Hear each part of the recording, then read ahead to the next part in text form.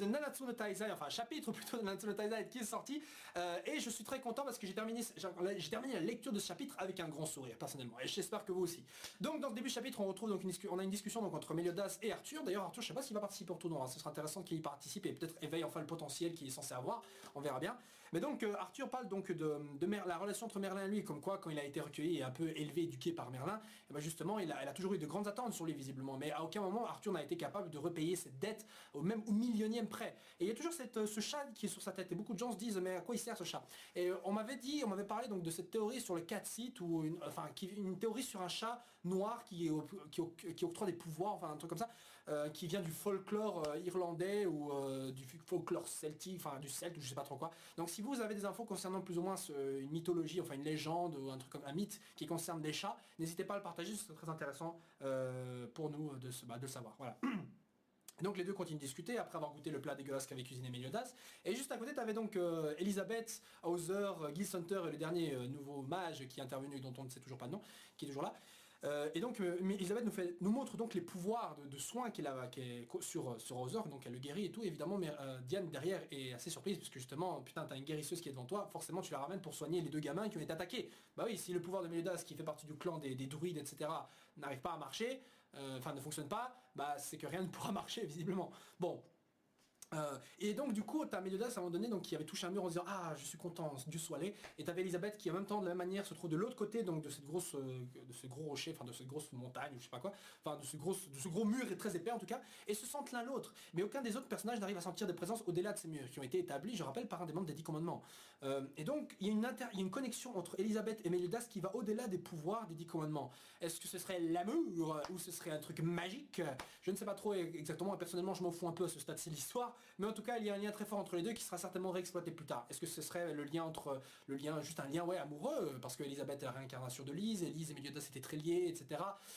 Allez savoir, ça peut aller très loin ce genre de truc. Mais en tout cas, les deux arrivent à se sentir. Et donc ensuite Meliodas et Arthur tombent sur un morceau donc des ground crawlers, enfin des créatures souterraines là, mais cette fois-ci bien cuisinées. Et on tombe sur qui? On tombe sur Ban donc qui était également là parce qu'il devait livrer du saké de la part de Escanor à Weizel. Donc le mec est clairement tout seul, parce que dans la page cover vous pouvez voir d'ailleurs justement Jericho, King et Hélène qui étaient ensemble sur la page cover. Ça sous-entend, j'imagine, qu'ils sont restés en arrière alors que Ban lui est parti en avant. Mais si on ne voit pas Escanor, peut-être cela signifie qu'il est justement aussi là. Peut-être. Est-ce que ce serait une manière pour l'auteur de dire on va mettre King de côté vu qu'il a assez de sympathie de la part de tous les fans, on va juste mettre Ban un peu en avant vu que c'est numéro 2, et surtout Meliodas en avant parce que depuis quelques temps franchement il faut mettre Meliodas et Diane surtout qui sont un peu les Taizai un peu en arrière, j'ai envie de dire.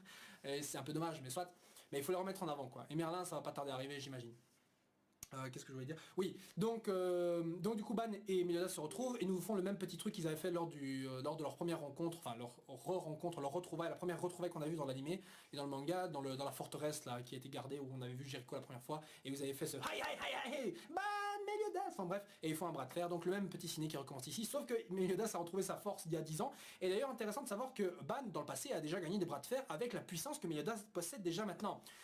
Mais bon, en même temps peut-être qu'il a utilisé sa magie, son pouvoir pour voler la force de Meliodas histoire de gagner, hein. Bon mais je veux dire même contre Diane il n'avait pas osé je crois utiliser ce pouvoir je pense, et je veux dire d'un côté mais Ban n'aurait techniquement aucune chance vu que sa force physique lui permet d'atteindre seulement les 3000 points, les 3200 3300 points au niveau puissance, donc quelque part affronter Meliodas qui a 32 000 et quelques, je veux dire c'est impossible pour lui.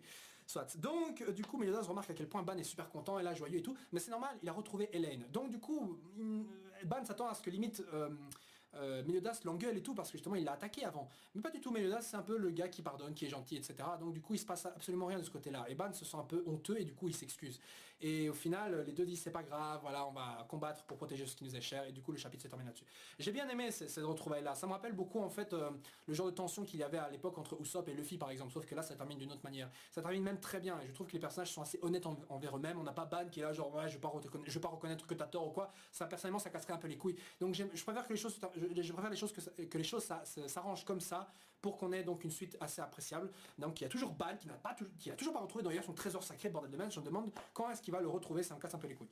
Voilà, bon le chapitre se termine là-dessus. Donc au niveau des liens, au niveau des relations entre les personnages, ça s'arrange un peu. King pour l'instant est un peu mis de côté pour le truc, j'espère qu'il va le rester, histoire que certains autres personnages Jordian soient mis en avant et qu'on le travaille un peu plus.